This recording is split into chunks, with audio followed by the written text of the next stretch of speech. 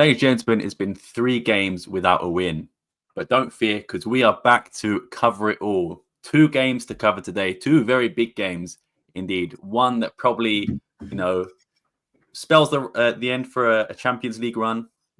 Maybe. Who knows? Well, no, Ricardo, Eduardo Quaresma said they only scored 3 goals here, so we got to go score 3 goals. It's true. I like that. He's not wrong. Yeah. And the other game, a lot of bad refereeing decisions and, all the wonderful things of the Portuguese league. But before we get into that, let me introduce you to my co-host. There is one man here who is quite happy, as I believe his team won the Super Bowl last Sunday, and that is Chris. How you doing today, man? Yeah, that's right. Go Birds. Nice game on Sunday. No doubt. Left no doubt. I didn't expect them to just close game until it started. Yeah. For real. Let's be real. Even if you hate the Eagles, I don't think you're too sad to see the Chiefs go down in flames. No. So they don't really have that's me, actually. Too many third-party fans. So, and if you're a Chiefs fan, that sucks. But, you'll be all right. Probably be back next year. As far as these games go, tough. It's a tough time. Tough sledding. I was actually more okay with the result on Saturday, right? No, Friday. Yeah. I actually, as the goal went in, I said, you know what? It's all right. We're okay. I was clapping it off. I think we're all right. But in the face of Tuesday's result now, it's like, fuck. Are we trending in the wrong direction? Again? We were talking 2 pods ago, we better run away with the league. Not so fast. Not dude, so fast. I can't. It's crazy. We didn't learn when we were did we just lose the league? Yeah, we never learned. It's too much, but yeah. Roller coaster. Definitely. And someone who probably didn't enjoy the Super Bowl is his idol Drake got absolutely roasted on the main stage. Danny, man. What? I'm a Kendrick guy, though. I love Drake, though. I love Drake. Yeah. Drake's got the hits, but he needs to go away for a while. To be fair, Richard was the one with the Toronto jersey on. Should have probably put that one onto him. Oh, well. Yeah, true. That was not Raptors. He's not KFC's global ambassador. I was just downtown. This is the rare time I had to go to the office today. I looked at the CN Tower and I shed a little tear because of what happened to my king, really, to Drake. Yeah, look what they did. And my boy Kendrick, look how they goes on the Super Bowl, and now everybody's saying it's the worst performance ever of all time and shit like that. I don't even know. I'm just confused, man. Yeah, I don't know what to believe. Conflicting reviews. Yeah, but generation. But all that proves to me is all that proves to me is you can be a generational hater and still succeed. Facts. And and that's, I think I like to say that I am a generational hater for a team in red that also support Eagles. So shout out Kendrick. Nice. But yeah, other than that, I'm doing all right. The result yesterday, we'll get into it, but yeah, was not pleasant to watch, really. Yeah, definitely. Last but not least, Richard, how you doing today, man? I'm good. It is freezing cold in these parts of Canada. So if you're in the northeastern United States or southern Ontario and stuff, stay warm and stay safe because it'd be crazy. We got 2 kind of crappy games to go through if we're being very honest with ourselves. These games stunk, especially the game yesterday. I felt like a good first half, and then it all came crashing down and hurt inside in the second half. They were both okay for about half the time. Yeah. So for 50% of the time, we were feeling all right. Yeah. We were feeling good. Yeah. Facts. You can follow myself there. But most importantly, of course, make sure you follow all things Alvalade, all social media and podcast platforms. Without further ado, let's get into the first game. And that was yesterday's game against Borussia Dortmund, which was unfortunately a 3-0 battering. I will say first half was looking good, 0-0 at half time. But then Dortmund turned it on. And from there, it was no saving it. In goal, we've got Rui Silva, you've got Fresneda, Diamonde, St. Just, Mateus Reis, the captain, due to Hillman being out and Inacio being out as well. Maxi Russo, Jalsi Moyes, Debast, Kenda, Trincao, Harder. One thing I want to say as well, before I get into the bench of Mateus Reis, did everyone see the picture of him in the dressing room before the game of him, getting changed? Cameraman caught him lacking. It's crazy that they got a camera in there, man. I did not see this photo. I'm completely lost. Richard, we literally gotta look it up, buddy. Yeah, it's not one I can share, but Hear it, yeah. If you remember a few years ago when we played Dortmund, Paulinho pulled his shorts Yeah. down during the game. So I don't know why it's all Dortmund. That was an in-game moment, yeah. Yeah. Yeah, fact. They caught Rice lacking. So, No, speaking of also just catching somebody lacking, the picture of all time was when Wendell, I forget who we played against. Oh, was grabbing his shorts. Yeah. Shout out Wendell. Facts. Off the bench, Gyökeres coming back from injury, Morita coming back from injury, Braganza, Quaresma coming back from injury, a new signing, Biel coming off the bench. Oh, I see the Matthias Rice picture now. Yeah, fair enough. Okay. Good glutes. Good glutes. Yeah, good for him. The man squats. He don't skip leg day. Facts. Richard, I'll let you go first. What are your overall thoughts on this game? Oh, it feels so frustrating because you felt like the first half, especially like going in 0-0 even at halftime, you would have been like, you know what, like we had some really good chances. We'll take that still because it felt like we could kind of control a bit more the first half than them. And you're like, okay, let's go build on. I think just the injuries and the fatigue are catching up to this team at a really tough time. Like this game was very evident. Like they were missing so many starters. You could see like guys are just exhausted that like really haven't had much of a break. I will say that the defenders kind of get caught out on the goals a bit. Like St. Just on I think it's the first one, isn't really tracking very well. It's just like all the goals, it just feels like the same kind of sloppy mistakes we've seen the last little while when they have conceded, which is that's a completely avoidable situation. But yeah, I just think at the end of the day, the fatigue is just catching up to them a bit, and like the games have been hard and heavy and fast. They've been coming fast. A lot of like not even just this game, other games like with other teams, like there's been I feel like an inordinate amount of injuries just in football this season. I think there's just too many games. There's too much football. Because guys are just dropping like flies, it seems. Like Morita's out again. He only played for like a half hour this game. Which stinks. I think the standouts, I thought Araujo actually had a decent game. Kendo was pretty good at times. Harder, I thought was good. I actually would have probably kept him on as opposed to Gyökeres. Just because I feel like Gyökeres just hasn't been fit, and I'd rather not have risked him in this game potentially. I mean, as much as I would have liked him to start, I think if he's not fully fit, like I'd rather just not risk him for the rest of the season if he's not fully fit and just start throwing him out there. Eduardo Quaresma came in, didn't do anything. Biel came in, I was not impressed. Not one of Trincão's better games for sure, I'll say that. I thought Fresneda was kind of poor this game as well. He really was just kind of sloppy and kind of got caught out a few times. No one really looked great this game, especially like it's a 3-0 loss. Like if they made it like 3-1 or 2-1 or 3-2 or something, like I'd probably have more to say, but it just feels like a letdown, especially after the first half they had, where I think everybody was feeling like, okay, like we're feeling good about this. They don't even have all their top players and they're playing pretty well. Like they've held their own and actually controlled part of the game. They had some really good chances. Like I think they hit the crossbar at one point, forced a couple good saves. And then, yeah, just that inability to kind of convert or take on one of those chances really came back to haunt them. I think if it finished even 2-1 this game and they had like a goal in them, you'd feel a lot better heading into the second leg. But I feel like a 3-0 with the injuries that have kind of plagued this team, especially the last little while, you just don't feel like, I mean, crazier things have happened, but you just don't feel like anything really miraculous is going to happen in the second leg. You kind of feel like it's almost just wrapped up and done over with.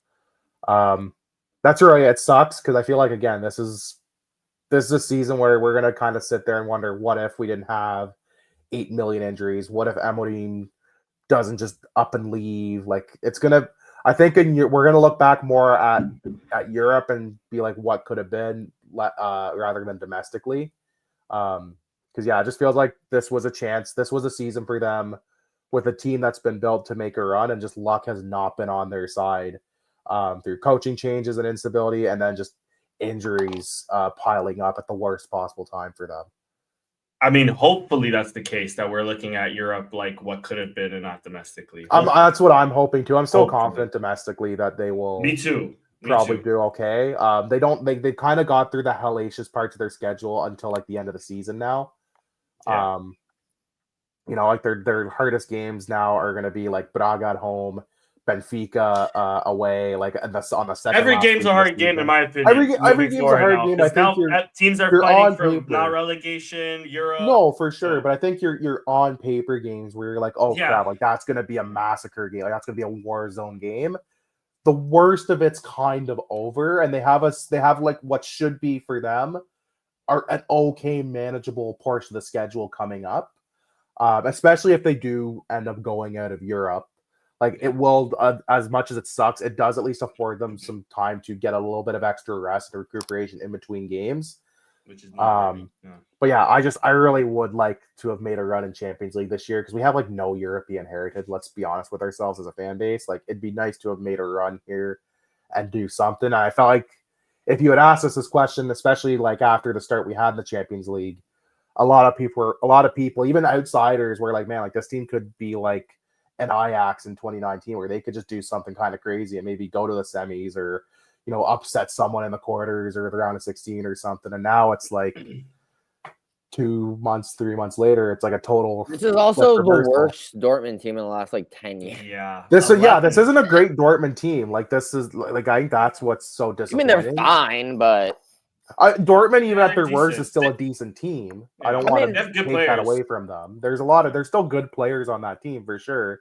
They I just also feel like sacked the manager beforehand, so I believe it's like the first or second game for Niko Yeah, Kovac so, like, as New the manager as well. bounce. And Yeah, he's a good exactly. manager, to New be fair to manager. him. He's a really good manager. Kovac did some good things at Monaco prior to this. Yeah. And where never else really was he got a chance at previously? Bayern. I don't think. I think Yeah. I don't think he got a fair shake there personally. Yeah. Regardless of that, yeah, I think we'll look back definitely at the European campaign at the very least when we come back to the end of the season. Go, man, what could have been? Because we would have won. We would have won it if Amorim stayed. Let's be real. I don't know if we would have won it, but we would have gone at least a couple more No, rounds. Richard. We would have We won. would've In won an it. alternative universe, we win it. I want to know. I hope We're just stuck in this one. I hope alternate timeline. All things Alvalade is just like having a bender. Like they just do like a live reaction, and they're Man, like, I'm like, we're I'm like about running 3 shots around in deep our at this offices, point. like. yeah. we'll never know what would have happened in the 2017-18 Europa League. You know what I mean? We'll never Add this know. You know to what the I list, mean? man. What could have been in the 2005 Tasu UEFA Another classic. Classic. Yeah, but that's the thing. Like, if you gave me the option, I would have sacrificed the sun and the moon if I could guarantee we win the Champions League. I know a lot of people say we need to build domestically for sure. We have zero European heritage. I would have taken a run in the Champions League any day. What? Tassos is 60 years ago. 61 or something 61 like that? Counts. years ago. Still counts, baby. No, I think it Okay. was 1960. I think it was in the 60s, if I'm not 64. mistaken. 1964. My dad Great just year. turned 64 years old yesterday. Shout out to Fernando. My dad, Shout out he was Fernando. 4 years old when we won that. So shout out. Like it's still within range. But like, man, like that was both like pre-invention of the pre-moon landing. I'm pretty sure Okay. We never pre-invention of landed the on the moon color anyways, TV. Rich. That's all false anyways. True. Okay, pre-moon landing. But that's the point. We have no European heritage. Like, I hear you, bro. like it's like when people clown us saying, "I'd take a Europa League." They're like, "Oh, who cares?" Like, buddy, like I would take it. You know what that would I'll take do a for the conference. club? Like, get out of here. But yeah, so that end of the day, like this is just a disappointing result, and it feels like just kind of a sad anticlimactic way to probably be going out of Europe after the start we had. Just to get things kicked off in the Champions League, where we looked like world beaters for the first couple months of the season, especially. Yeah, facts. I'll go next, but just quickly on that point, I do think the Man City result inflated our egos massively. A little, oh, for sure. When you look at how bad they have been now, like obviously it's still a great result, don't get me wrong, but Yeah. from that game, and then to be fair, when Amorim left, even when he was still here, I thought we would always lose to Arsenal because I thought Arsenal were just a level above. But if Amorim stays, I don't think we lose to Club Brugge, at least in the fashion that we did. Leipzig as well, I think we beat. Bologna, I think we beat as well. Maybe, a draw on one of them. We should have been top 8 qualified. And that is what is hurting. And you can make a case of all the injuries and stuff.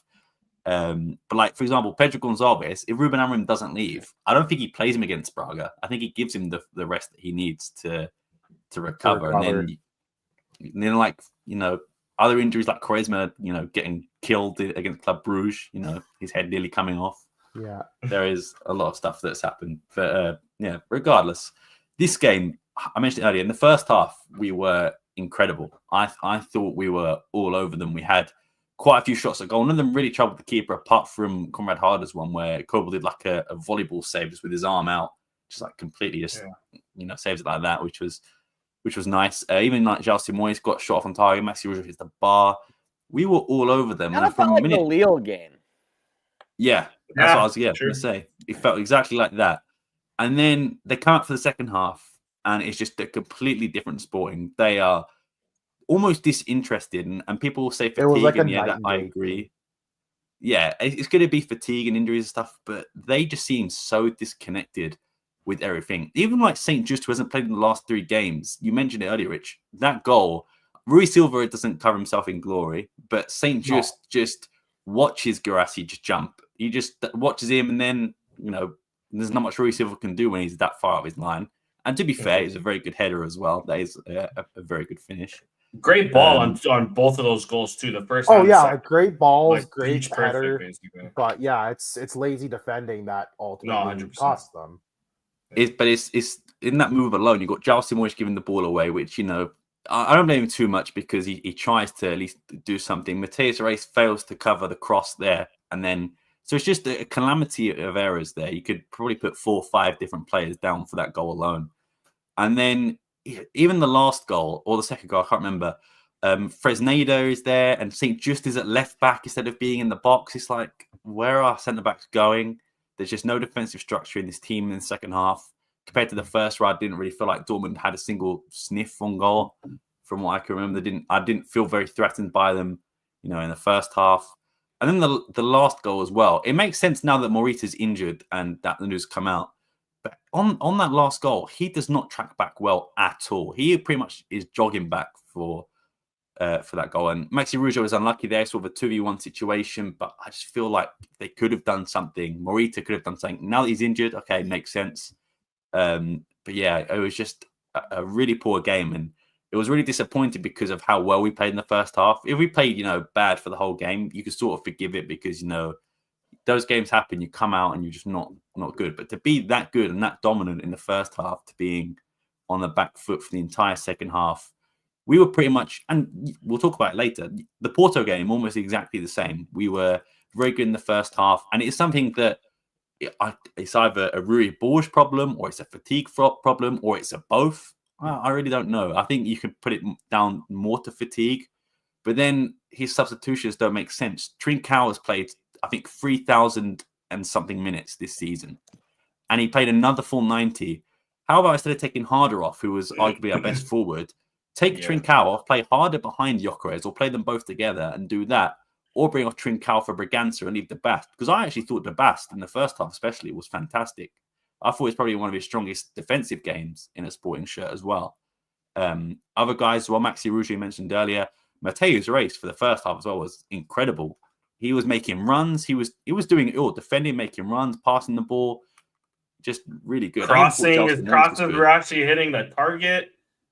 Yeah, facts. Rui Silva was really good with the ball at his feet and making, nothing spectacular. Apart from that save, I can't remember if it's Guirassy or not, but that diving save he made was a really good one. Mm-hmm. Yeah, again, it's just something that you look at and it's just these goals can be avoided. It was mistakes that led to every single one of these goals. Even the last one, it's a bad Trincao cross in the box that leads to a counter-attack. And, you can say what we want about Dortmund being that far down the league, but Adeyemi is very fast. Gittins is fast. They've got a very fast wing combination and wing backs, and our players just couldn't handle it, unfortunately. But yeah, it was really disappointing seeing the transition from the first half to second half. Gyökeres as well. I don't know if he's fully fit, but the last 2 games, man, he just seems disinterested as well. He seems like he's lost a step, lost pace, whatever it is. He just seems, just not fit. And fair enough, I guess you have to regain match fitness to get there.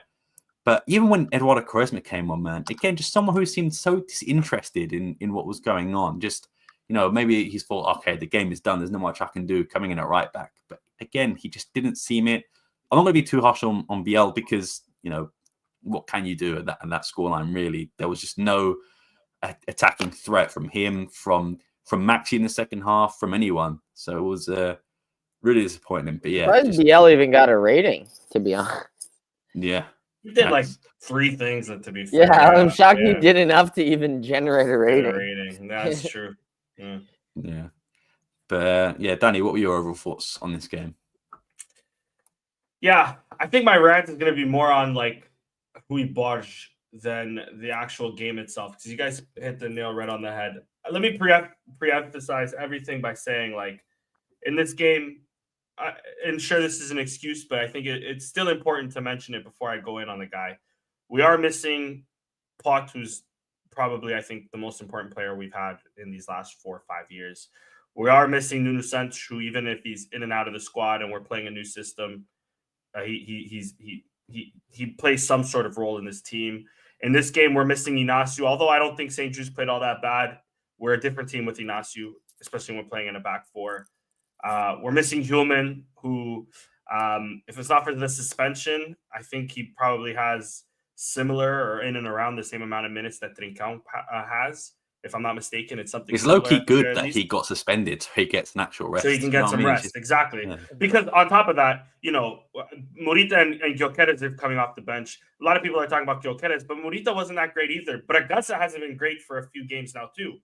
And you mentioned about injuries. All 4 of those, including Quaresma, are probably on a minutes restriction in general anyway. They could probably only play 30 minutes due to injury. So it is, let's be honest, I do really like João Simões. But in a normal season, under normal conditions, he probably does not start a single game or play a single game. Yeah. Mind you, I have been liking, he's been getting better and better at each game. Oh, yeah. The first goal, did he cause the first goal, if I'm not mistaken? He gave the ball he sort of cleared the ball and it didn't go to any. And then they scored right after. It's not necessarily his fault, but he did give the ball away on that play. Yeah. But up until then, he was having a decent game. He was again, first half, I want to say everybody was having a good game. There was a lot of Trincão hate, but I thought Trincão was having a good first half as well. He almost scored, if I'm not mistaken. It was a decent save for Kobel, who's also one of the up-and-coming keepers in Europe right now. So we have to also keep that in mind. My main thing is, and I think where the frustration lies the most between this game and the Porto game as well, is that, and other games that have been in the past as well, with Rui Borges, my main thing is, I'm not in love with him tactically yet. There also has to be something in regards to, again, the excuses are there. Like I mentioned, the excuses, but there has to be something more than just fatigue. That in the first half we play one way, and in the second half it's something else. Because there's also been a few games where in the first half we're utter shit, but then the second half we put on a decent performance on. I don't know what it is just yet, but of course, he's going to take the reins until the end of the season, and I hope that moving forward, we win the league, we win the Taça Portugal, and all this, Mary and roses. I'm just not in love with the team yet. Tactically, when it's coming to playing out the back, we're kind of a mess. I do like that, the fullbacks are kind of like, overlapping. I don't mind that. I like that we play the ball in behind. It's something that we didn't really see under Amorim. Amorim was more so of like we build up play and we try to get it to the forwards, whereas this, we're just trying to play behind lines at times. So we try to catch the team out. I don't mind that. It also has to be said, there has been some player progression under Rui Borges as well. Of course, Fresneda he's had to play because we don't have fullbacks really, especially on the right side. But he's grown. You can see he's grown. João Simões, I just mentioned it as well. You can see he's grown. Even Maxi, I think Maxi has been the one that benefited the most under Rui Borges. Whether it's left back, whether it's left wing back. Harder's gotten even better as well under Rui Borges. Although, maybe Amorim's system fit Harder better because Harder did have a really good game against Braga, for example, when Amorim was here. He had a good game elsewhere that I can't remember who it was against. And then, we've sort of had to throw him in, and he's been like a little head loss, but he's been better more and more as each game passes. But tactically, I just don't think we're there yet under Rui Borges, and it's something I kind of hope that it improves the healthier we get, because Trincão out wide is better than Trincão up the middle. And I think Pot in the middle will give us more goal scoring options than we would with Trincão. Trincão's a great creator, don't get me wrong, and he scored us a few goals, but he's not really a goal scorer, especially not at the level that Pot is. And then if we have thing about Pot and Trincão, Gyökeres, sorry to interrupt, it's just one thing I've noticed over the last sort of 3 or 4 games.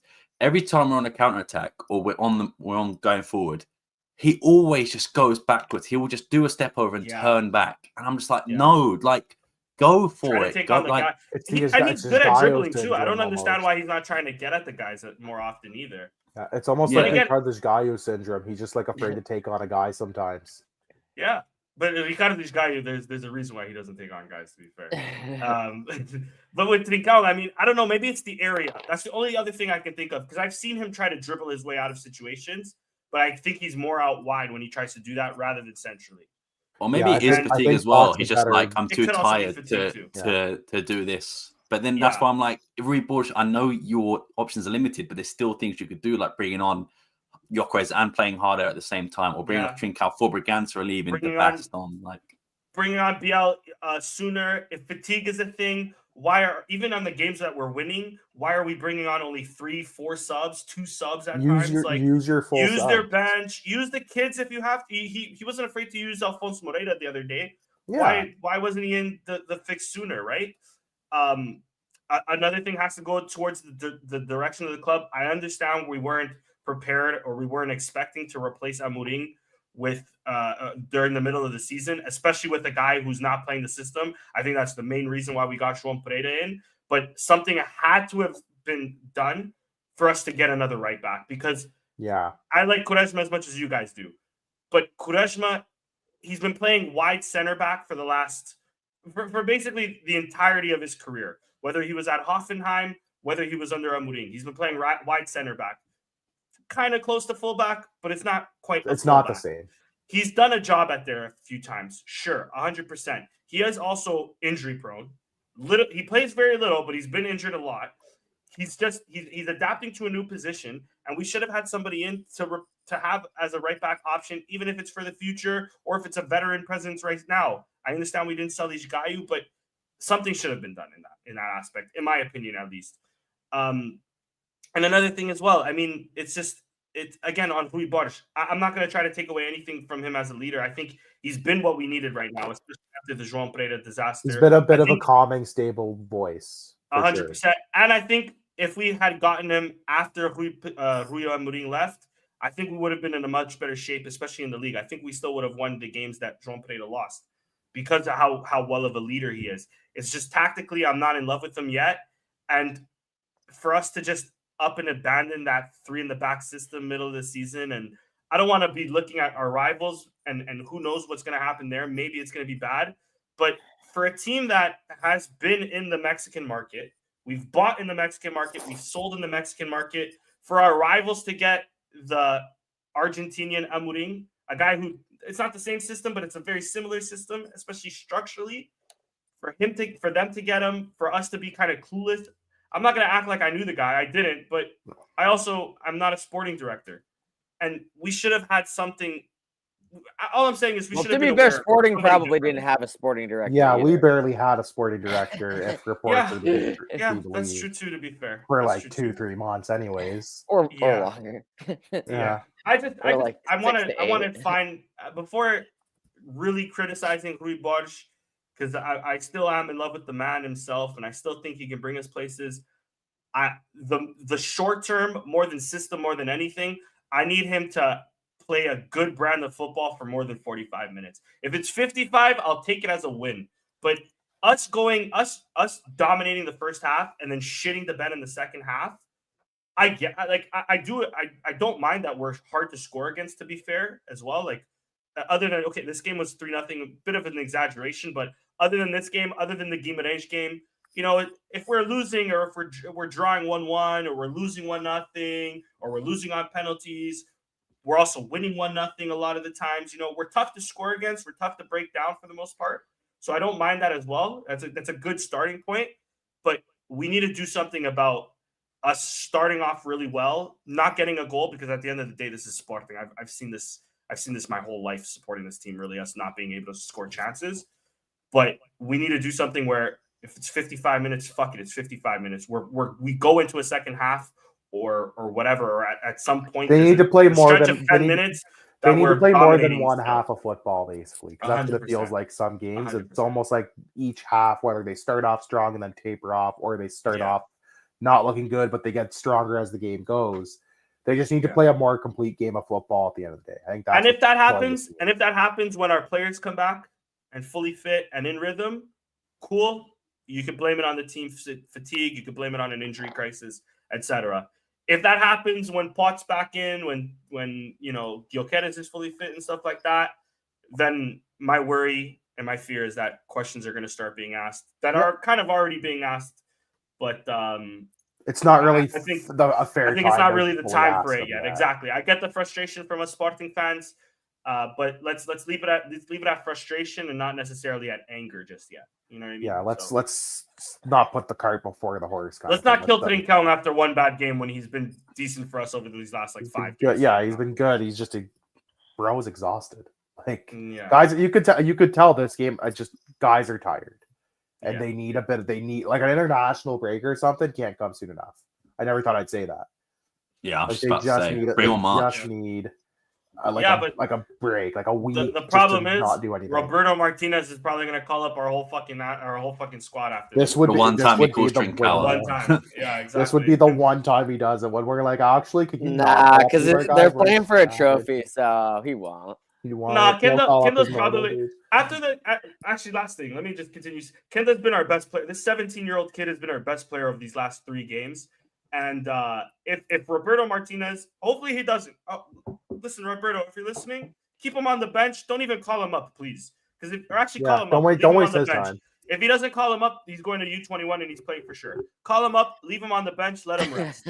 Let him chill. Please, yeah. Please. If not, this kid is so good.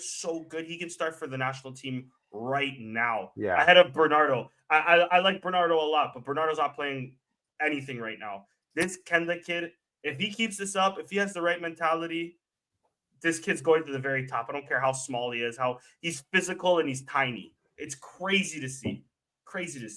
That all being said, Roberto will probably call up his usual band of jabronis anyways, and that'll be that. Hopefully. I'm cool with that. Now I'm cool with that. Yeah, now I don't care. It's Nations League. It's like the toss of the league of the knee. If you win it, cool. If you don't, whatever. Yeah. Luis Silva will probably going to start that game and get injured. Max, yeah. Thing about that as well. I think Kenda we'll speak about it later, but the Porto game as well. The lead up to the goal, fantastic. Yeah. He does that pretty much every game. He does that at least once or twice a game. Well. Maybe not ending in an assist, but no. Anyway, Chris, what were your overall thoughts in this game? Yeah, you guys have all pretty much said most of it. It's obvious. Like it felt like even at 2-0, if we could just bring even that result back, after conceding like a pretty nice cross and like kind of fortunate finish off the knee. It just felt like those last 15 minutes we just surrendered, white flag, and I feel like that's the main reason why we conceded a third. And like, I feel like the third really puts this tie out of reach in a way that 2 doesn't. Yeah. Even without away goals, like 3 is very difficult. And I mean, it's very fitting to be the early game, and like, I don't know, like it's obviously going to be like the least interesting game of the day. We're just going to kind of like Dortmund's just going to sit back. We're going to pass around and we're going to draw 1-1 and just like a heartless, soulless game. It would suck. It would suck more to like win 2-0 than to draw 1-1. I mean, you know how gut wrenching that would be. I'd rather possible draw 1-1. that Dortmund really just kind of chills and we somehow score a couple and it's like, oh shit, and then they're subbing guys in, stuff like that. Maybe that's our best chance of making it interesting. Crazier things have happened, but I'm not betting the house on this one. Yeah, I just don't see it. I think, I mean, it does worth bearing discussion at this point. Just Pot's injury is what's going on with Pot, because no one knows what it he was coming is. back a month ago. Gyökeres injury, no one really knows what it is. The severity. Honestly, Morita being injured again today, or coming out that he's injured again, very strange. What are we doing here? I'm really starting to question our medical. It's really weird, and they're definitely like not being transparent about it. Truthfully, I think Victor Gyökeres should probably be shut down for the season. I'm guessing he needs some sort of surgery that he's pushing off so that he can keep playing. But Rui Borges has said that he is returning to full fitness, so he should be back playing 90 minutes very soon. I just don't. But believe then, that. Or he'll start and have to come off, and it's just clearly not the same Gyökeres. No, lost pace, lost. You can see he's lost a bit of a step. He probably has a partial today torn it's meniscus or something. It's his no. I know I believed your meniscus part, but it was an abductor. I think it's abductor injury is what they say. And I don't know if you remember, but like back earlier in the season, even into like preseason, Gyökeres has always had KT tape all over his knee and like upper thigh. Lower thigh. Yeah. Last summer. It's unclear how long it's been going on for. Maybe he just battled through it for the longest time. It worsened now to a point where it's more difficult to battle through it. The minutes add up. The way he plays adds up. And yeah, I mean, I'll be honest. I was very disappointed for the second straight game to see Conrad Harder coming off. I just thought he gave us an explosiveness, a willingness to pull the trigger. I don't know. It wasn't his best game by any stretch. It was obviously much better in the first. Of all time. It was obviously much better than in the first half, but probably so is everyone. Yeah, and I just felt like it should have been Trincão, it should have been someone else, and you should move harder because I think that our chances of us scoring are higher with him on the field right now. To be real. And I kind of thought the same thing against Porto. Kind of disappointed to see his number go up. But I mean, I think that we're still going to keep seeing a lot more minutes from him this season. We'll see how Gyökeres holds up. I'm not that optimistic about it. I think that we're probably going to have to, he's done a lot to put us in this position. He scored a lot of goals, but I think that we're probably going to have to finish it off without him. It might come to that. It could come to that. I mean, we're up by 4 points? Sorry, not 6. 4. It's 4 points right now. 4 points, 2 games. I mean, we have to keep playing. We have to keep winning. We have to keep scoring. Someone has to do it, and we're just going to need people to step up. And if they don't, we're simply not going to win the title. Mm-hmm. Yeah. Facts. Yeah, completely agree with everything you just said there. I do think, unfortunately, that Pedro Gonçalves isn't going to play again this season. I'm starting to wonder. I'm starting to wonder because we were told a month ago he was going to be coming back. Like there was we were told January 1, and that was already late. Yeah, there was rumors going around. Oh, he might even be fit by Taça Liga. Yeah, he'll be fit for Christmas. And we're like, oh, okay, like that's a pleasant surprise. Cool. And then he did. It's like, well, it's just Taça Liga. Like I'm fine for him to have a little extra time off. But we're like midway through February now. Probably thought he was about to come back and had a setback. Maybe. I mean, it's entirely possible that he was probably well on his way to coming back, and then he could have tweaked something again. They're like, okay, we're gonna shut you down for a bit longer. Take it a little easier till we figure it. But I'm kind of in the same boat as Sam. I am starting to wonder if he's just done for the season, and it's just something like obviously it's out of his control. And same with like you said, same with Gyökeres, Chris. Like.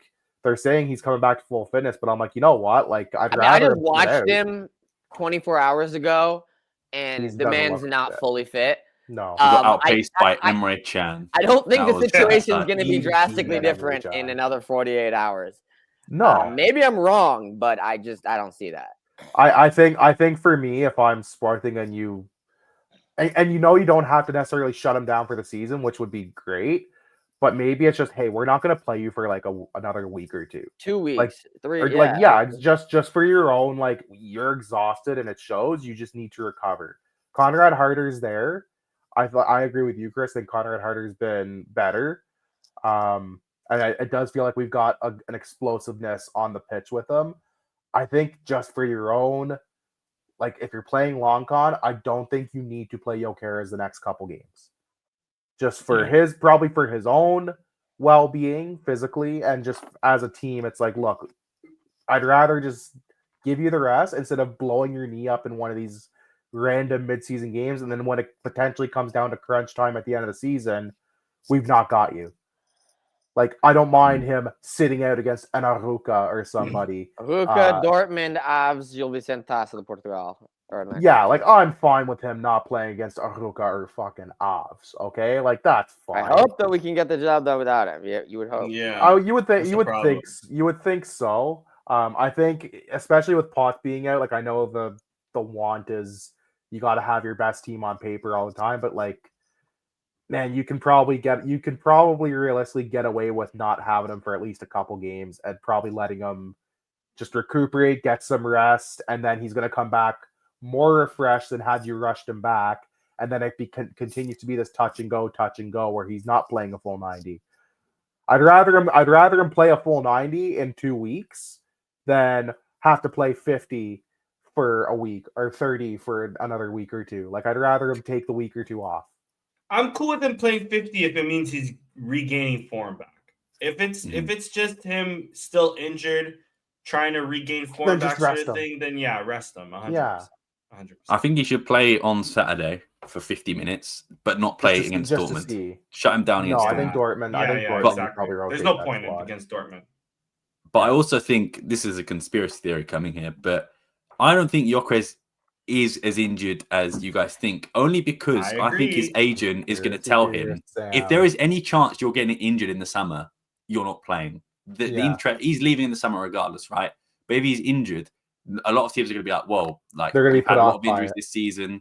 Yeah, his agent would not let him go. You know what? You're dealing with injury. I think he probably is hurt, but I think, is any footballer really 100% when they play football? I'm sure they're all dealing with something, especially in a long stretch of the season, and playing at Jokeres' level, which is literally 100% every game. He's running for every ball. Not recently, but like in terms of just, him at the start of the season, running for every ball, running from 0 to 90. I don't think he is injured, but the players I do think are injured who I don't think we'll see again this season. Nuno Santos makes sense because he was ruled out anyway.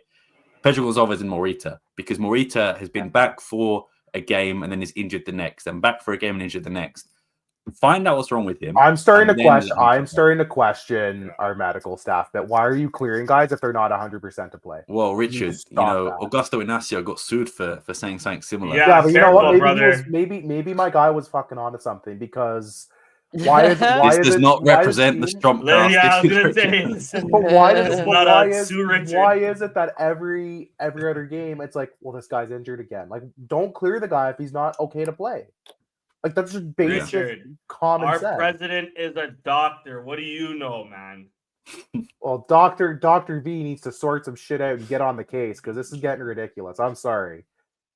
That's questionable practice. But I know you're a pro team, but that's questionable practices. If someone is not healthy to play, they should not be playing. End of story.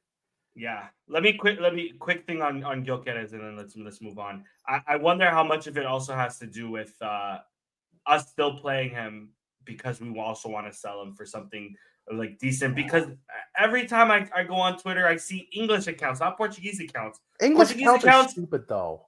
No, but listen, Portuguese accounts I'll understand, because there's some biases there and stuff like that, and we all know who kind of controls the media in Portugal. So I'll understand where some reports come out saying, like, Sporting are willing to negotiate something lower than the release clause, like a 50-60 million. But the fact that it's English pages coming out with that, it seems like it's like, especially to Man United, it seems like it's more of like an inside knowledge of, Mourinho saying like he's slightly injured, and us trying to play him saying like, no, he's not that injured, he's not that bad, blah blah Maybe. blah, right? I wonder how much of that has to do with anything. But I do also wonder how, in terms of players' mentality, that these guys are saying I'm fine when I'm not fine. Yeah. Because footballers do have egos, players and are we've seen the it players before. are the worst. And we've seen that from Gyökeres last season. Last season, he just always wanted to play.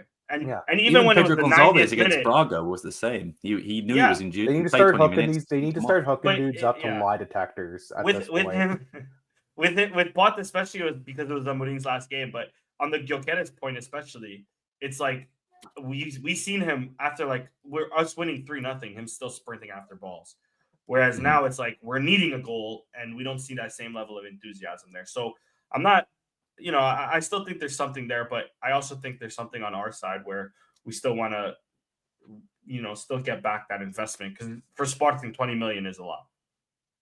Yeah, I mean it's our largest transfer that we've done, and we haven't really done anything like that since. I guess Hillman was close, but yeah. Yeah, agreed. Let's move on to arguably even more controversial game against Porto. Red card. Yeah, Red card, Sam. Red card right off the bat. Red card for saying it's controversial, buddy. How dare you? The audacity to call this a controversial game. That last like 10 minutes might be some of the worst officiated 10 minutes of football I've watched in my almost 28 years of existence. Rich, yellow card. Yellow card. You can't talk right now. You want to give me a yellow card? Fuck you. Red card. You're out of here. Get out of here, buddy. Can I start this off?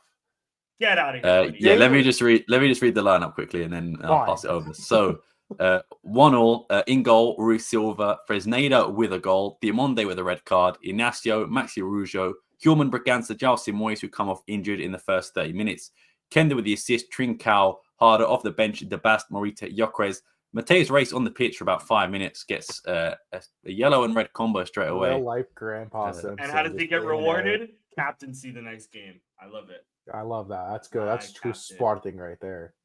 Facts. Go on, Richard. Take it away. João Pinheiro must have thought he was a hero. What he absolutely went down the tunnel after this game, went to his change room, looked at his officiating team, was cleaned up, and was like, "It's a good job we did out there today, boys." That was a circus game. I hate watching any game he officiates. He loses it so quick.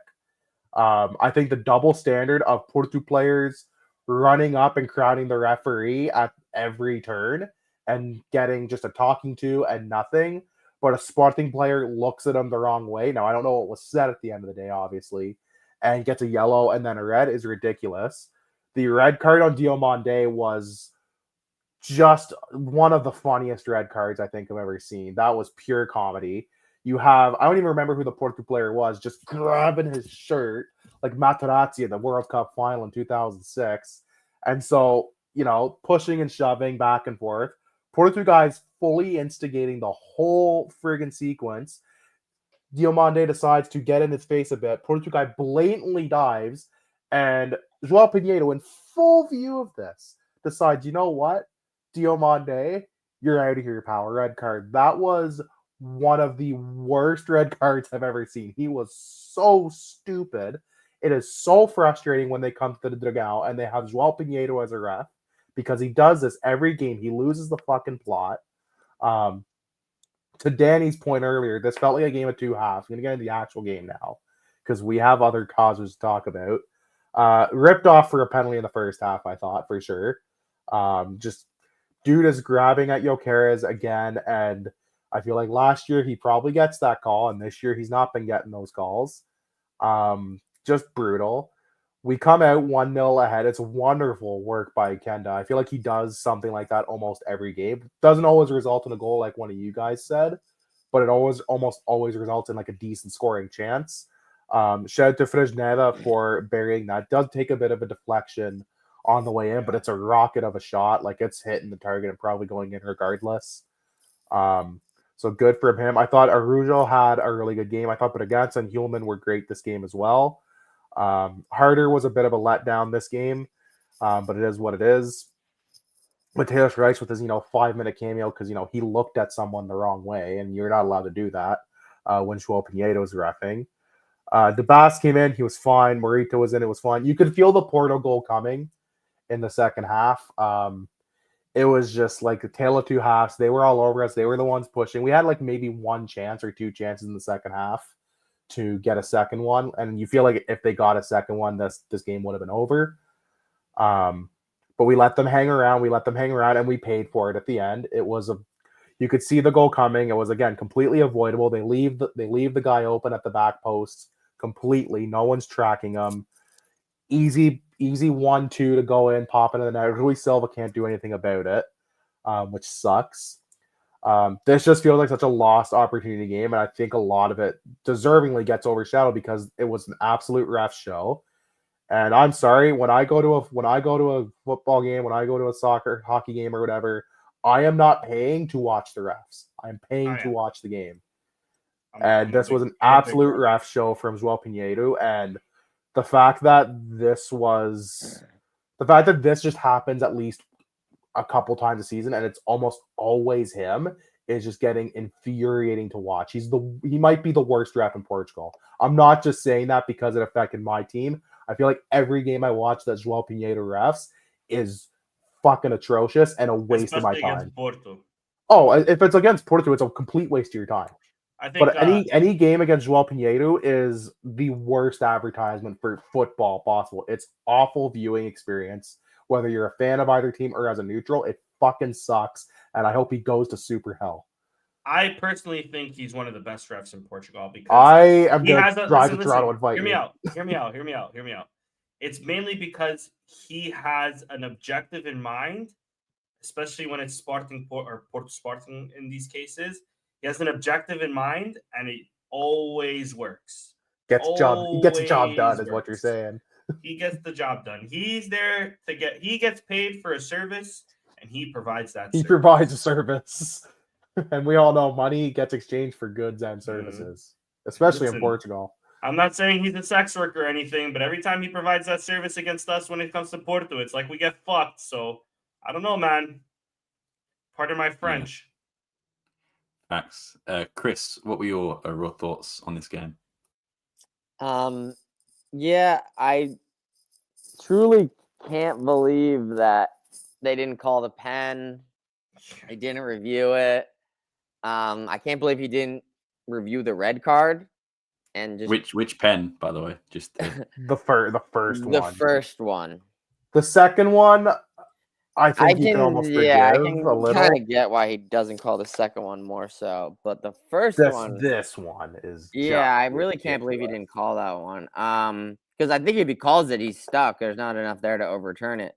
But he just doesn't even take a look at it. So there's, I don't know. You could say that, Gyökeres is like not fully in control of the ball or whatever, but you're still impeding the play. Anytime you grab two handfuls of jersey, you're going to run into trouble. What do you think about VAR? Should VAR have intervened then? Also yes. What is VAR there for if they're not going to intervene and say, hey, I think you should at least take a look at this? Yeah. Well, apparently they looked and they said nothing. They said it was not a foul. How are you as the video referee not even going and saying, hey, you know what? Maybe take a look at this quick. It might not be anything to you, but we think you should at least look and see. The fact that didn't even happen, that they said no play on, there's nothing there, is mind-blowing. Yeah. I'm real riled up today about this game, as you can tell. I'm fired up. Yeah. Go on, Chris. Yeah, I hate the games that like ultimately feels like the outcome is tainted by the referee, but it feels like this is sadly one of those games. We definitely started the game on the back foot, and I was kind of worried, but we grabbed a foothold in this game and definitely finished the first half on top. I don't necessarily know if we deserved a goal necessarily, but it was certainly nice to get one. Two straight goals for a man who has 0 career goals entering last week is pretty crazy. Bill's on fire. They're on fire. Your defense is terrible. Yeah, he literally is on fire. A bit fortunate for sure, but it's good contact. So I mean, going into half 1-0, finishing the half on top, I was actually feeling like pretty confident, to be honest. And a win here would basically end Porto's title chase. I mean, not necessarily, but like it would definitely make them kind of 11 points back. I mean, that's tough to overcome. You need a lot to start going your way at that point. Yeah. But it's just so we definitely deserved to concede for that second half that we played. Did not create enough. We're not dangerous enough. Felt like for large stretches of it, couldn't even play out of our own half. Just no link up top. It's just like one pass out, a long ball to Gyökeres to Harder, try to control it, and we just lose it within like 2 passes, and it's coming right back the other way. I actually, once we got to like 80, 85, I was like, you know what? Maybe we can just kind of undeservedly. Maybe we should house it. Maybe we could just kind of undeservedly hold out here. And yeah, I mean, the goal itself is actually a pretty nice ball, but it's Diamande slow to pull the line up. And yeah, it's just I've watched it back so many times. I actually don't even know if Samu's going for the pass there. I'll be honest, like I truly do not think he's going for a pass. Yeah, he's slow coming up, and it's a perfectly weighted ball, like exactly where it needs to be.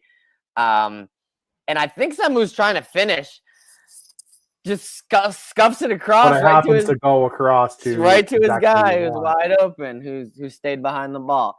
And I alluded to it in the intro. I was just like, you know what, fuck, we kind of deserve that. But 1-1 is not the worst result. We'll be okay. It's still a worse result for them. And then on top of this, you see their coach running around like a fucking lunatic. Like Joel Campbell. Bro. Dude, I couldn't believe that. Me neither. I was like, does he not know the scenario here? Does he not know the score? Does he not know the scenario? More importantly, does he not know the team he's currently coaching? Like, not to say nothing for nothing, bro. This is Porto at the end of the day. I have my best friend growing up as a Porto fan. This is a team that's like, if you're not winning, you're getting the fuck out of here ASAP. You know what I mean? So bro ran around like he was crazy. Jose Mourinho at Old Trafford.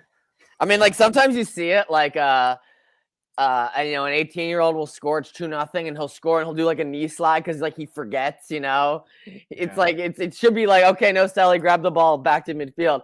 But he's so excited, he scored a goal, and it's like, okay, bro, he knee slides and there's like he doesn't even have any teammates around him because like he's no one there.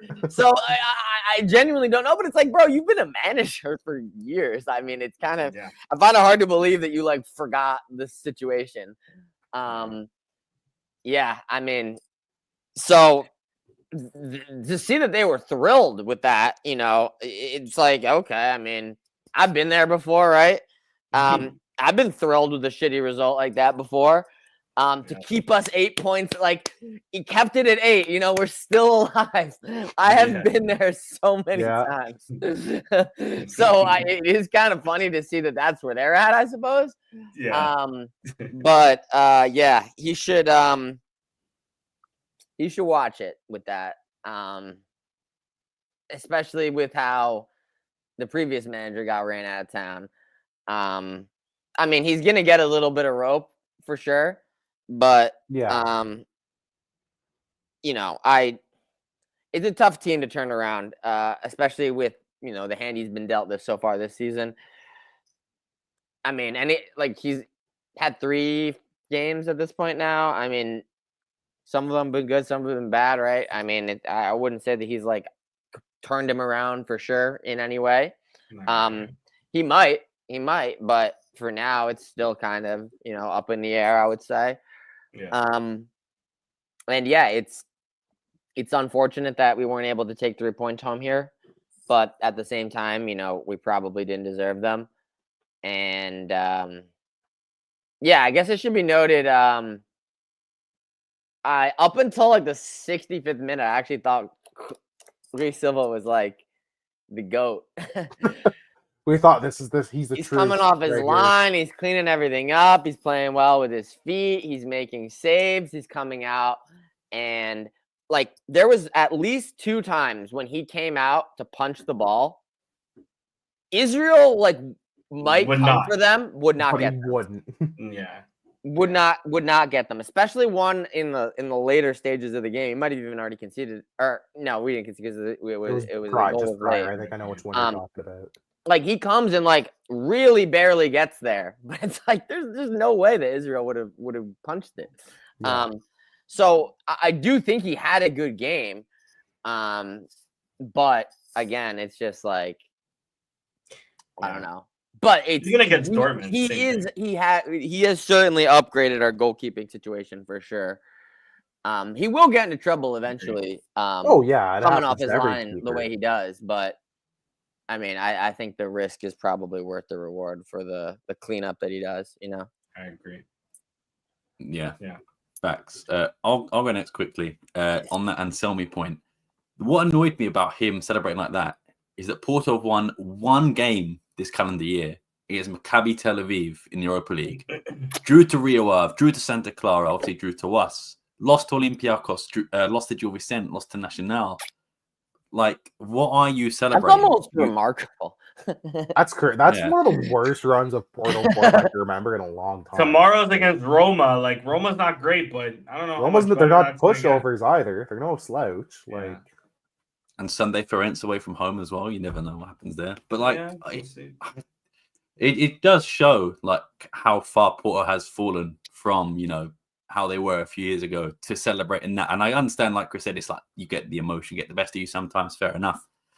But like the way he was celebrating was like, okay, I understand like initial fist pump. Yeah, he was okay, going and then you catch yourself after like 2 seconds.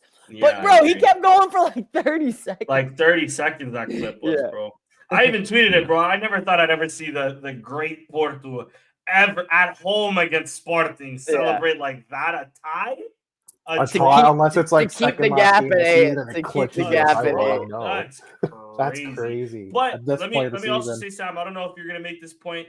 I think Porto have also looked better under him. Oh yeah, 100%. That'll be rough draw. Yeah. Honestly, if even though I like him a lot, what's that center back's name? I'm forgetting it now. He was suspended against us. Porto center back that they bought from Famalicão. Otávio. If Otávio wasn't like a donkey on the field against Rio Ave, they win like 2-1 at the very least, right? So but anyways. Facts. No, it's about this game. I do think overall the draw is probably the fair result. Like Chris mentioned, we didn't really do that much offensively, especially in the second half. As mentioned before, it just feels like when the second halves come, we just put our foot off the gas. And I think that is fatigue thing. But yeah, just to give some individual shout outs, Fresneda I thought was fantastic the whole game. I think 6.2 is really low because I thought not only offensively was he great, but he was cleaning up defensively. He was blocking crosses. He kept Rodrigo Mora and the other left back Mora as well very quiet the entire game. And I thought he was man of the match. I mean, yeah, exactly. You hate to see it.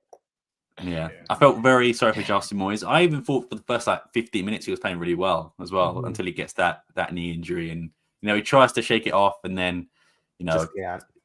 Yeah, he can't, which is fair enough. But he comes back the next game, which is good. Yeah, that pisses not me off. For us. That pisses me off. But he's young, fair, but that pissed me off.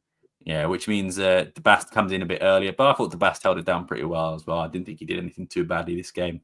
Mentioned it earlier, Maxi Arujo, fantastic again. He has been the last sort of 3-4 games. He has been very good. Maybe not the game against Bologna. I thought he was pretty bad there, but in terms of league games, I think he's been really good. You mentioned earlier, Danny, one of our most improved players under Riborge, and I think he is really shining in that position at left back. Again, Kenda, just such a great player, man. Just 5.5 again for what he was able to do. Ridiculous. Is just ridiculously low. Yeah. And we talk about Humond all the time, but even like a really good human game goes unnoticed. Like this one goes very unnoticed, but he was still an absolute rock in the middle, and he's a great captain as well. I think he embodies what it is to be captain for Sporting. Just gives his all on the pitch, plays the shirt, and then riles up everyone around him. Again, Trincao, I thought fatigue definitely just not a game for him. Conrad Harder was, I think, again just I'll give credit. Zé Pedro was Porto's best centre back, and I think he probably is at this point as well. Thiago Jalot, I don't really rate, nor knew in Paris, especially recently. Zé Pedro, and I'm going to be controversial. I really don't think that tackle on Kender at the end is a foul. I think it is a fantastic tackle. He gets the ball. People say he got the ball, but then he wipes out Kender. But it's like that's a bad precedent. Yeah, I think he wipes out. I think he gets Kenda as he's getting the ball. I think that's, to be honest with you, I think that's like a penalty as well, in my opinion. But I understand why it wasn't called at the same time. There is contact at the ball, but yeah, I think the first one's more of a pen than that. To me, yeah, 100%. It's a more obvious one at least. But to me, you can't like basically scissor the guy and then get the ball, and it's not a foul sort of thing, If it's in midfield, I think that gets called nonetheless. So in the box, I think you should call it as well.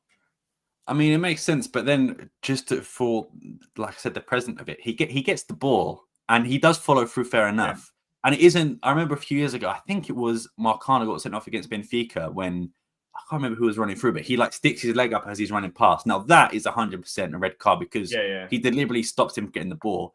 Zé Pedro again gets the ball and he does make this his action, but he doesn't like bring both legs together. The left leg is still quite far out.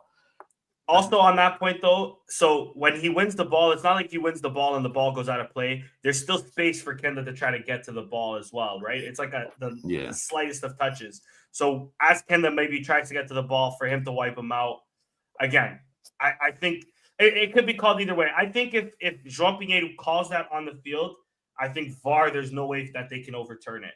The same way that if there's no call, there's no way they can overturn it, sort of thing either. So yeah, definitely. It's a tough one to call, to be fair, at the end of the day. That one's like, you can understand it's a kind of a 50-50 call. I'm with you, yeah. The first one, like there shouldn't be an argument. Like that should be called. Yeah. But this was a rough show. Like that, especially in the second half, like it just completely lost the plot of the game. And it just ruined the whole game. I think a draw, I think Sam and Chris especially hit the nail on the head. I think a draw was deserved. It just feels so overshadowed by the ref just losing complete control of the game and not wanting to assert himself at all until it was too late. And then it looked so much worse than it needed to be. Yeah, facts. I'm trying to find the actual image, but I can't find that. Will do. But come on, man! Like how? Look at this. Yeah. And people say, "Oh, he was holding him in the first photo. He had his hand on his arm, but then it's a whole new play when he goes to turn. Angelo is tugging at that shirt. He pulls it. I don't care if Yoko isn't controlling the ball. If you're not controlling the ball, you're impeding the player, and I pull your shirt, that is still a foul. It is still a foul anywhere on the pitch. But I just could not believe it. That was. I know people say about João Pinheiro and all the other games, like the Coates getting sent off for the one on Teremi. I think this one is by far worse because it's just so clear. He is pulled down in the box. It is a foul. It is a penalty, and that should have been given. Like I said, there's a Pedro one. I'm not sure. I think what is difficult for me is that I just can't tell who he gets first, Kenda or the ball. And you made that point, Danny, about, he still impedes Kenda. Yeah, fair enough. But again, I still don't think it's enough to call it. And like you said, if they call it on the field, they're not overturning it, but vice versa. But no matter what team you support, even if you're a Porto fan, why does João Pinheiro get these games? If you remember 3 years ago, this exact same game, a brawl, it didn't happen because Porto and Sporting hate each other. It hated because João Pinheiro cannot referee a game. He loses control too quick. He doesn't assert himself into the game until it's too late, and then all hell breaks loose. Because players are pissed off that the shit they've been getting away with for 80, 85 minutes suddenly isn't allowed.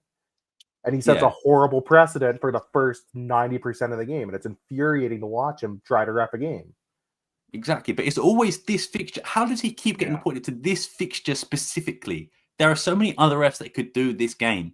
But it's always João Pinheiro. And yeah, maybe it's anything like that. But even in this game, I feel like It's because Porto he's so maybe good, bro. He's the goat. He's the goat. That's why. Like, bro, he's so bad. He can only he can handle these big games, bro. He's just I don't know built about different. that, Chief. I like it. That's gonna be a no for me, dude. Yeah. I disagree strongly. I disrespectfully disagree. But one thing, and I think this is just a rule in football in general, but I'm going to moan about it. Danny, let's say you're a referee. If I'm asking you to check a foul and I say, can you check VAR? That's not a yellow card. But if I say, Danny, that's the yellow card. How does that make sense? Ridiculous. How? And like, I just don't understand how you're giving, especially in a game like this, high emotion game. And how many players have you seen do that to a referee and not get a single booking? It happens every single Portuguese game, every single one. So now you're going to be like, okay, I'm going to follow the rules now. Give Mateus Race a yellow card. I still don't know what the other yellow card was for. Dissent yellows are so stupid, bro. They piss me off because They're there's never no set consistent. criteria. They're never No. consistent. I've seen a million, like all of these Porto players talk to the ref and they didn't get the yellow because of that. And even on top of that, Pinheiro probably gave him a yellow because he forgot that he gave him a yellow earlier. Because remember, he gave him the yellow and like 2 minutes passed, and then Rage he gave Rage the red card after. Yeah. Ridiculous. Yeah, I don't even know what the second one was for. But apparently, this is from Porto fans. Apparently, he did elbow Samu. I've not seen a single image proving that or video proving that. Well, that's what the ref claimed it was, but it wasn't an elbow for that. And at that point in the game as well, Pinheiro was giving out fouls like no tomorrow to Porto. We would actually get fouled. The amount of times Trincão got fouled in this game, not a single call given, not a single whistle, I'm not even asking for a yellow. I'm asking for a foul there. You guys know me, and Richard's probably going to be the same opinion as me. Both big fucking Canadian national team fans. I actually genuinely really like Eustáquio. How will Eustáquio finish this game without a card? I'm not even going to ask him for a red. Without a yellow is beyond me. He gave Maxi a yellow because of 1, 2, 3. But if you look at the stat sheet, Maxi, I think, 2 fouls. 2 fouls. Yeah. Eustáquio, at the very least, should have finished this game with 7 fouls. At the very least. Ridiculous. Yeah. And yeah, that one of Maxi perfectly, like for me, that sums up João Pinheiro. Yeah. Want to be the center of attention because he knows that's going to go on camera. 1, 2, 3, and it's wrong. He wants to be the center of attention of every single game that he is in, whether it's Porto Sporting or any other game. And he is, I think statistically, like when you look at referees who go to like UEFA competitions, I think he is actually our best referee that goes to competitions. Mind blowing to me because I think he's the worst ref in Portugal. Yeah. And England Premier League fans, they complain about referees. And I'm not saying they have a right to, because to be fair, they're all referees are bad in some aspect. But when you compare it to games like this, it is incredible. But I'm going to follow that with another sort of controversial statement. Oh, here we go. Diamande, right? It's soft. But why in a game like this are you leaning with your head with the referee? This? Can I add to that point? That's the only red that was actually deserved, in my opinion. Yeah, can I add to that point? I was screaming at my TV. You know he's gonna give you a card for doing the littlest thing. Just stop engaging at this point. You know the game's going away. It's not even the littlest thing. You know who you're playing. You know what they do. Even in just any, I'm not even making this a Porto thing. Any other team in the league, any other player, if they feel a headbutt coming like that, even if it is very soft, they're going to go down. Yeah, right in front of the referee as well. It's so incredibly soft. And let's be honest, Fabio Vieira needs to grow up pretty much. Yeah, but Charmin, be a man. But do not give the referee an excuse. And you gave him one to be like, okay, violent conduct, red, because it is. Why would the need to do that in the first place? I don't know. I'm with you 100%, Sam. I was screaming at my TV before all the reds. I'm like, just knock it off and stop engaging. Do not give him a reason to give you an unnecessary card.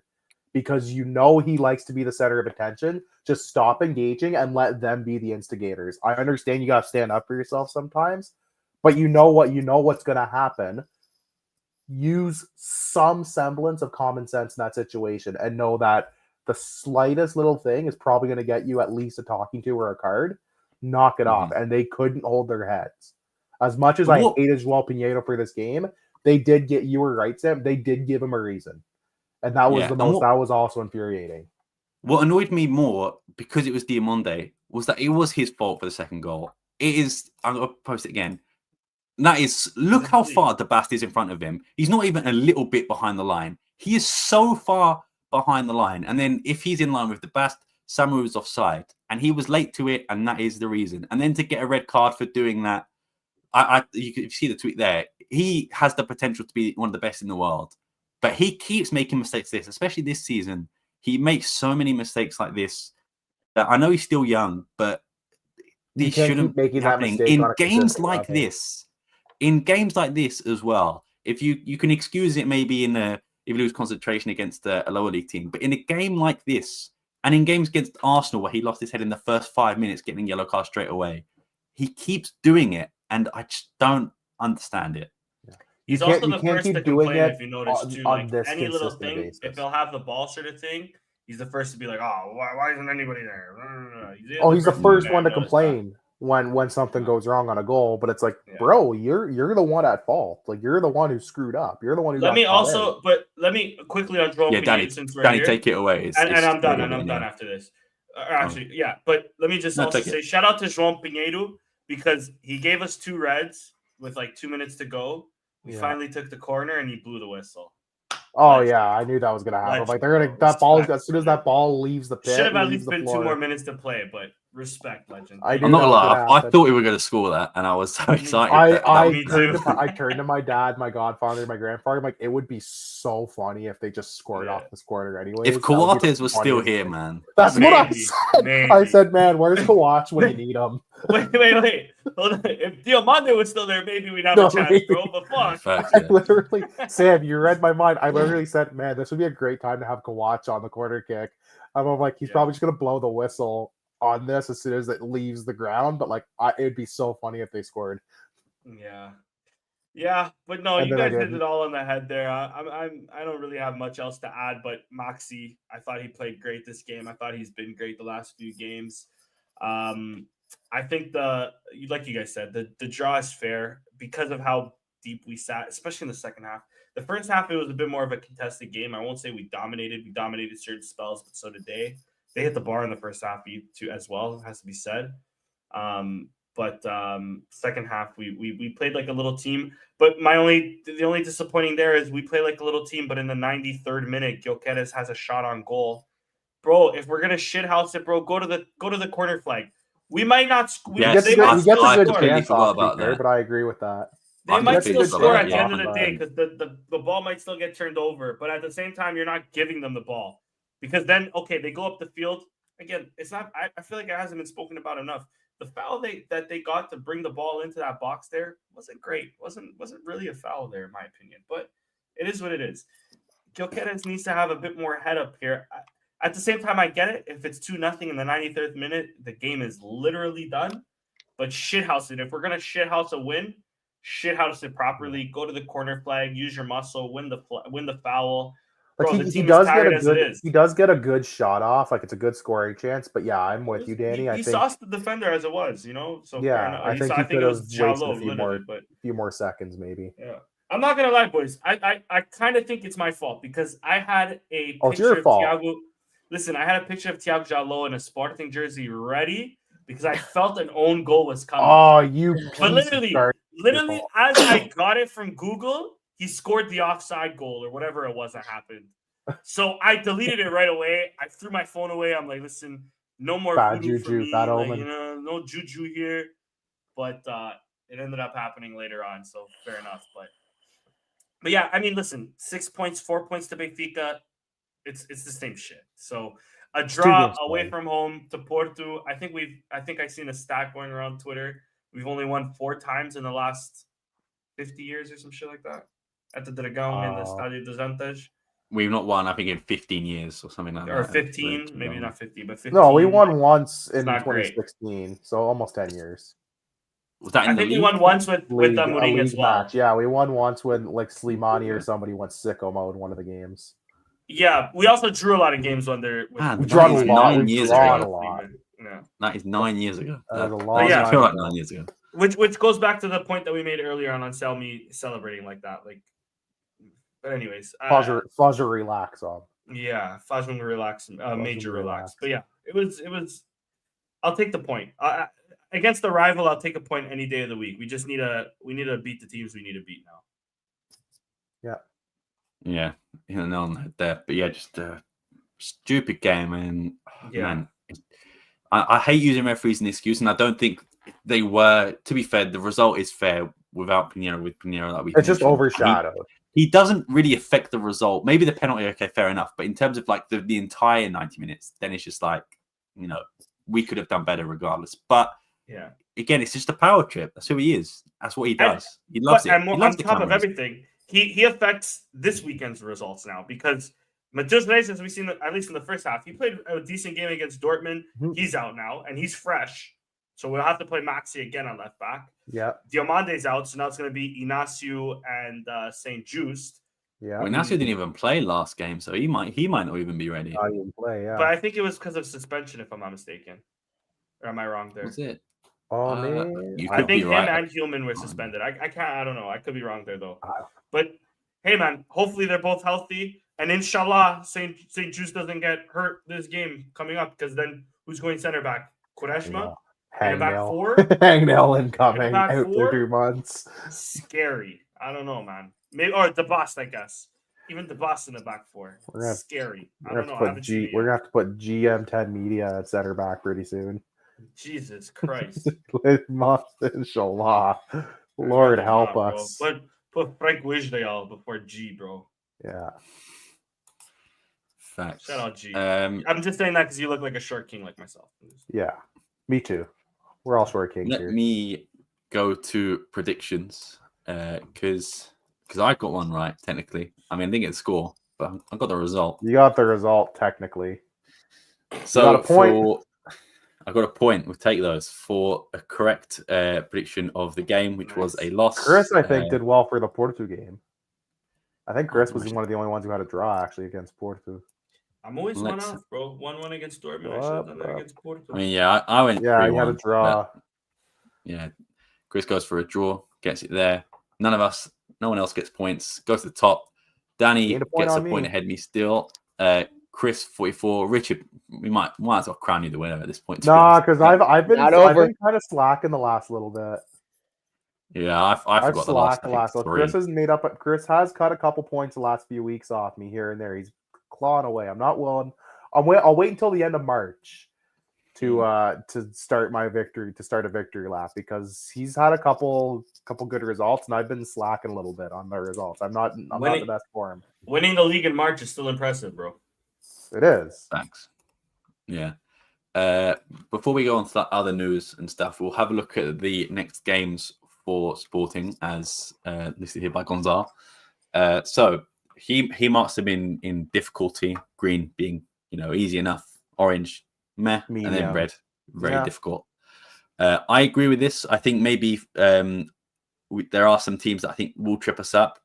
Morients, I think, will trip us up. I think they've looked very good this year. At home though, but yeah, they're always a tough team. Famalicão's always tough. Boavista have just got a super team. We're gonna struggle. But you know what? That's a Boavista that is going to be probably fighting to avoid relegations, depending on where they are. Which makes it even harder. They could be already cooked by that point. There's nothing that could save them, but they might still be in a fight to get out, or just above. They could even be just above the spot. So who knows? Yeah. It's those last 4 games is going to be probably your toughest games, I think. Yeah, Famalicão crazy.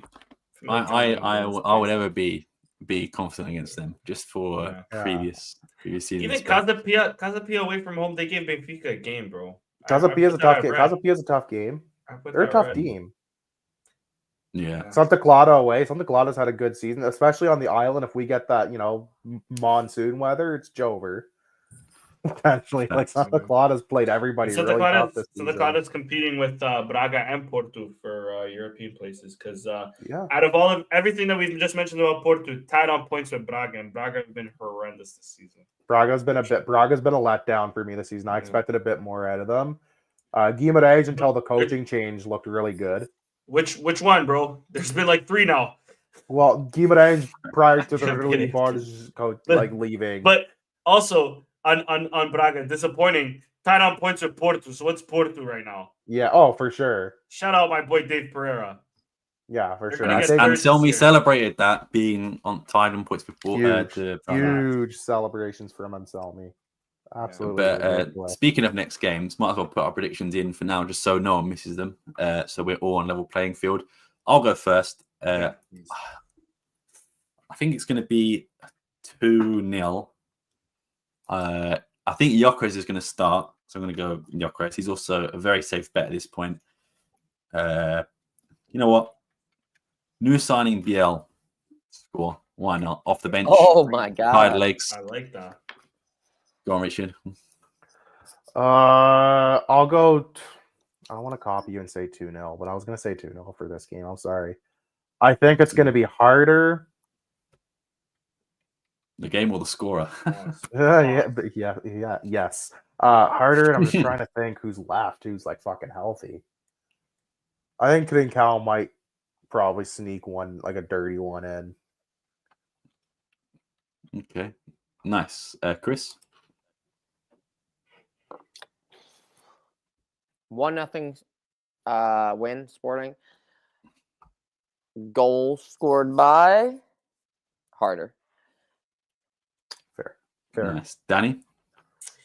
Let me just quickly say to anybody that thinks it should be easy because they're on the bottom of the league, undefeated so far this year, tied to 2-2 to Guimarães away from home. Okay, a depleted Boavista squad, but beat Boavista away from home, beat Nacional away from home. Yeah. Just drew in the last minutes to Rio Ave with a wonder goal from my cousin Thiago Moraes. He's not actually my cousin, but my I was gonna say, really, your cousin's Thiago Moraes. That's kind of cool. No, my middle name is Moraes. Okay. I'm also gonna go with the 2-1 win, but this is not gonna be easy. They're finding form. I'm giving it to Gyökeres and Harder. Ooh, okay. But if we lose or draw, I am not shocked. Yeah, fair. To that. Cool. Let's go to the second playoff leg. I'll go first, boys. 4-0. It's happening. Fuck, the comeback is on. Damn it, you stole what I was gonna say. Quaresma times 4, boys. He said that's all we need to do, man. If that even remotely comes close to hitting, I'm gonna cry laughing. You took mine. I was gonna say I think it's gonna be like 1-1 or I'll say 2-2. I feel like we'll give ourselves a bit of hope, and then they'll score like 1 or 2 just to erase all that hope. I think Harder and Gyökeres. I think Gyökeres might play this game. I made a prediction that for the game that Gyökeres might not play. In mind, I think he might play this one if they do think they've got even a shot. Yeah. Facts. Chris, what about you? 2-1 Dortmund. Yeah. Mm-hmm. Goal scored by Kenda. Interesting. Nice. Danny? Listen, I was initially going to go with a 5-0 win. Now I'm trying to think 5-2. We win on pens. If I get the pen scores right, maybe I get extra points. But you know what? I just realized, fuck the points, because I think we'll lose as well. Fuck the points. The most Sporting thing to ever happen, a 3-1 win away from home. Oh my god! Could you? I'm gonna go with the Gyökeres hat trick just to fucking. That would be. I think I would be more mad about that than a draw. Like, yeah, me too, bro. Don't you put that evil on me, Ricky Bobby? How dare you? Yeah. Oh my lord. Mean, who knows? Many of them will come true. Probably Chris's is the most. Chris's or mine, honestly, are probably the most likely. If we're being really honest. No, Sam's I think is the most likely. Depends how much Dortmund mails it in. Yeah, true. Let's go on to some recent news that has come over the last week. We mentioned it earlier. Morita has a new muscle injury, is out again. He only played 30 minutes against Dortmund, left with complaints. We mentioned it earlier. Something's gone wrong with the medical department, you know, especially with Morita. I feel like he's been off and on year as well. He's been very touch and go the last few months, which is just... I think it was ever since the Asian Cup, which I think he was complaining about how he was playing all his minutes with Japan too. Yeah. Yeah, not signing a new contract as well, allegedly. So he might be leaving in the summer. I think he probably does leave in the summer. He's 29, 30. He's going to chase that last big paycheck before. I'm down to get a nice little pay bump from him, but I don't think so. Yeah, especially I don't think we will. If we manage to keep a Sugu as well and him coming back, I think it would almost negate him needing to. A Sugu unfortunately seems like he's good as gone though. Yeah, it's for 25 million, it's a joke. Facts. We've got some other things as well. Sporting won 4-0 in the UEFA Youth League today against Monaco. At least someone won in a change. João Pereira is still. I was going to say, boys, hear me out. I think João Pereira should take his job back. Bring him back. Stop. Bring him home to his rightful spot. Knock it off. Oh, you knock it off. In a few years, he's going to be at a top European club. Facts. But we've also kept our eyes on Rui Borges for at least a year now. So, I don't know, man. Facts. Guys, it's sad news. Castaños retires at the age of 32. Never forget that 1 year of Luke Castaños. If I was outside, I'd pour one out for a real one. Yeah. Facts. He had to retire. The game was just too easy for him. He just, too much, it wasn't anything.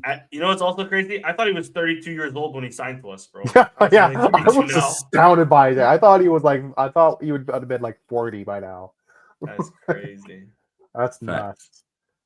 The disciplinary council fined Sporting, João Pereira and Thiago Teixeira for not having the right qualifications for coaching. Sporting were fined themselves 12,750. Which is equal to some of the fines that the fans have gotten.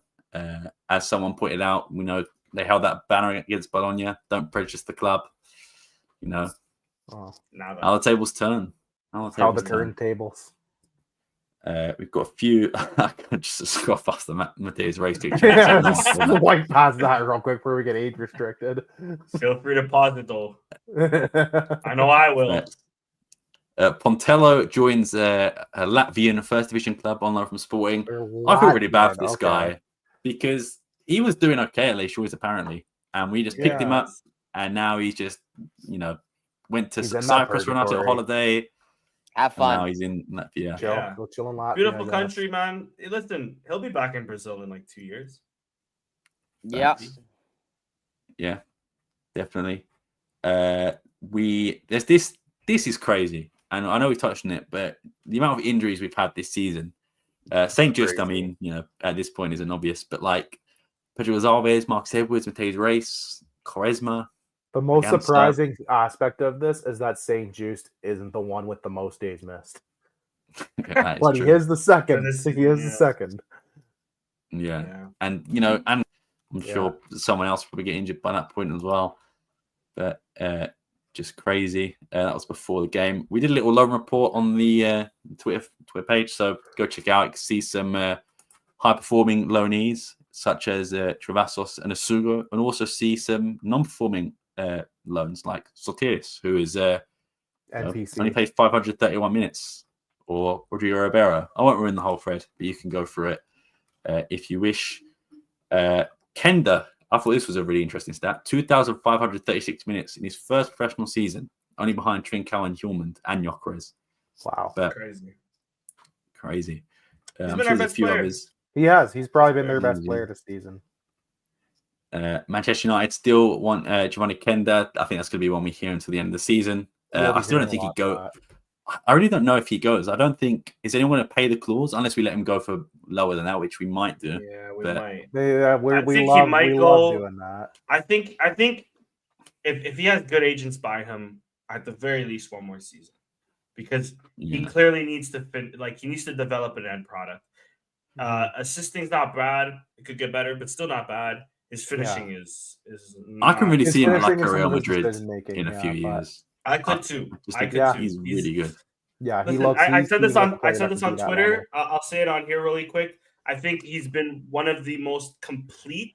Let me re-emphasize that most complete wonder kids to come out of Portugal in the last I don't know how many years. And I say that to say João Felix is better than him offensively, but defensively lacks a lot to be desired. You can maybe make the case of Renato Sanches, but I mean, we all see how his career played off. I think I see maybe João Neves recently is one that I João think Neves, is. but as a midfielder, I guess it's easier to say that he's more complete. But at the same time, Kenda offensively offers a lot more than João Neves currently does. Maybe defensively, he's obviously better than Kenda, but Kenda is very underrated in terms of defensively, in my opinion. And I think he's top, at the very least, top 3 in terms of coming out to Portugal. And maybe he's third to Felix and Neves in the recent years. But in my opinion, he's maybe second to Neves, truly. He's been at 17, especially. Agreed. João Neves, I think, is 20, if I'm not mistaken. Yeah. Kenda's been unreal. Mm-hmm. Ricardo's guy, unfortunately, the move fell through. He had some interested parties in Turkey, apparently from relegation candidates. They're going to be relegated now, lads, if you don't have him. So sucks to be you. Yeah, but still here. Not to be mean or anything. I don't know how he's still here. Like he blows my mind. Hasn't played that much. Every time he plays, he must be an incredible vibes guy. I was gonna say, I think he's like me at work. He's a personality hire, I think. Yeah, he must be an absolutely phenomenal vibes guy, like in the locker room. To still warrant keeping him. And I guess he helps out registration rules as well. Yeah, I guess. Homegrown, yeah. Thanks. Sure. We'll go for a few more. Pedro Gonzalez apparently back in March, but again, I really don't believe it. It's been out since the 10th of November. This has been like a weekly thing. Oh, he's coming back soon, and it's no, he's not. Like, I'll believe it when I see it. When I see him actually like in a lineup or on the bench for a game, I'll believe it. Yeah, agreed. I'll go into modalities in a minute. We've got the Porto game, which we spoke about. I'm just seeing if there's any other things that we've missed out in that time. Mateus race. That was fantastic. I love that. After the game against Porto, quickly changed it back. Probably was told to change it back to this one. But, we saw it, man. So, got to respect it, definitely. And also, if you're a fan base that gets rattled by Mateus Reis, you're a pathetic fan base. Like, grow up. I saw someone tweet like, "Oh, what a piece of shit Mateus Reis is!" Like, you had Pepe on the books for many years. They were booing him in the stadium as he was warming up. The commentator said, "That's crazy." Bro, he's living right. Mateus. Sometimes I forget he's a part of the team. Reis. You're letting Mateus Reis live right free in your head. Grow up. Go again. Touch grass. Come on. Yeah. Facts. Do better. Marcus Edwards scoring on his debut for Burnley against Mateus Fernandes, Southampton. Wow. So, what a time. About the Sporting boys there. It was a tap in. Cup. Is it though? Because Southampton are so they are one of the worst the Premier League has ever seen. Yeah. They're really bad, man. But yeah, shout out Marcus Edwards scoring it. Good for him. You guys probably touched on this last episode when he left, but I can't believe he's in the Championship, and I think I can. Arguably, it's but he was definitely. It is his level right now. But a few years ago, we were talking about Tottenham. Oh yeah, for sure. That they'll be back in the Prem. I think they're up there. They'll be back in the Prem. I think we'll see them next year in the Prem.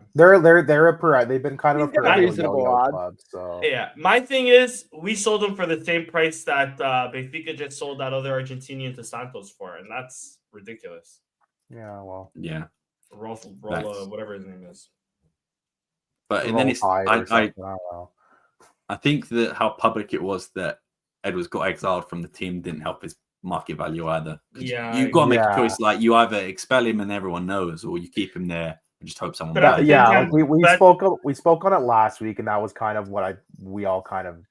At the same time, though, the Benfica kid barely plays as well, and he also got sold for 10 million. Maybe because he's a Brazilian little bit younger. Brazilian teams are willing to overpay, though.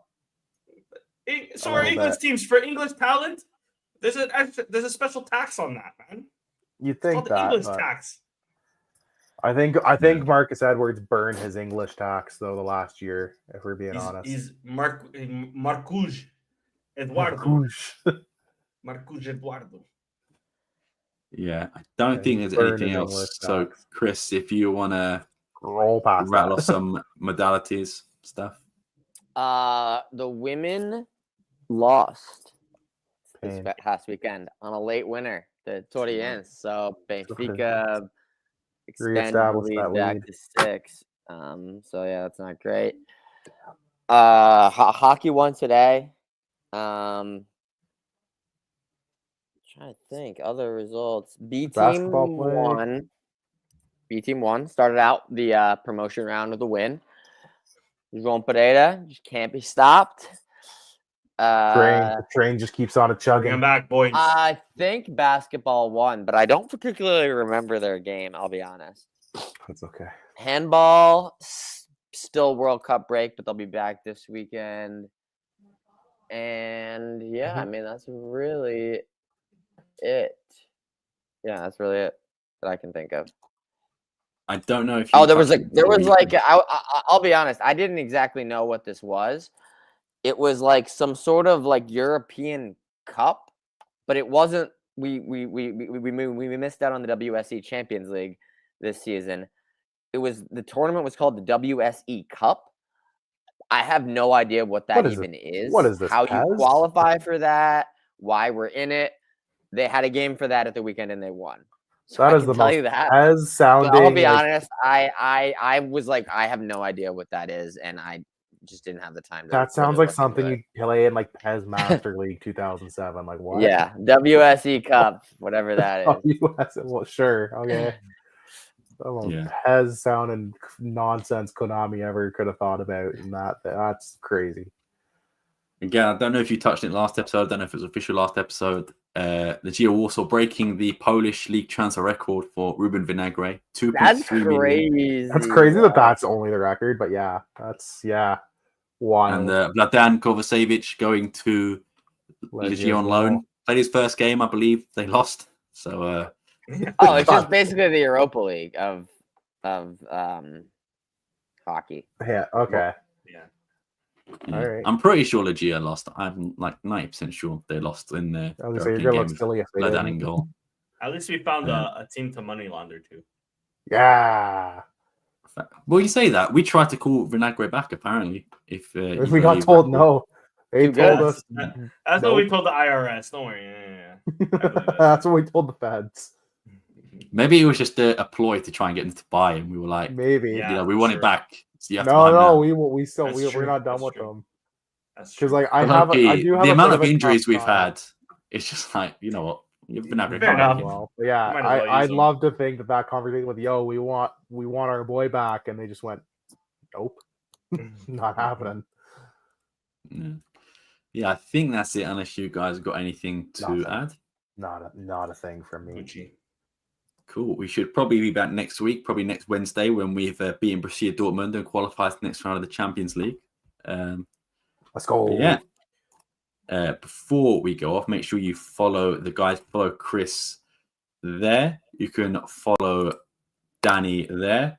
You can follow Richard there. You can follow myself there. But of course, most importantly, make sure you follow all things Alvalade on all social media and podcast platforms. Thank you very much for watching. We'll see you next week. Peace.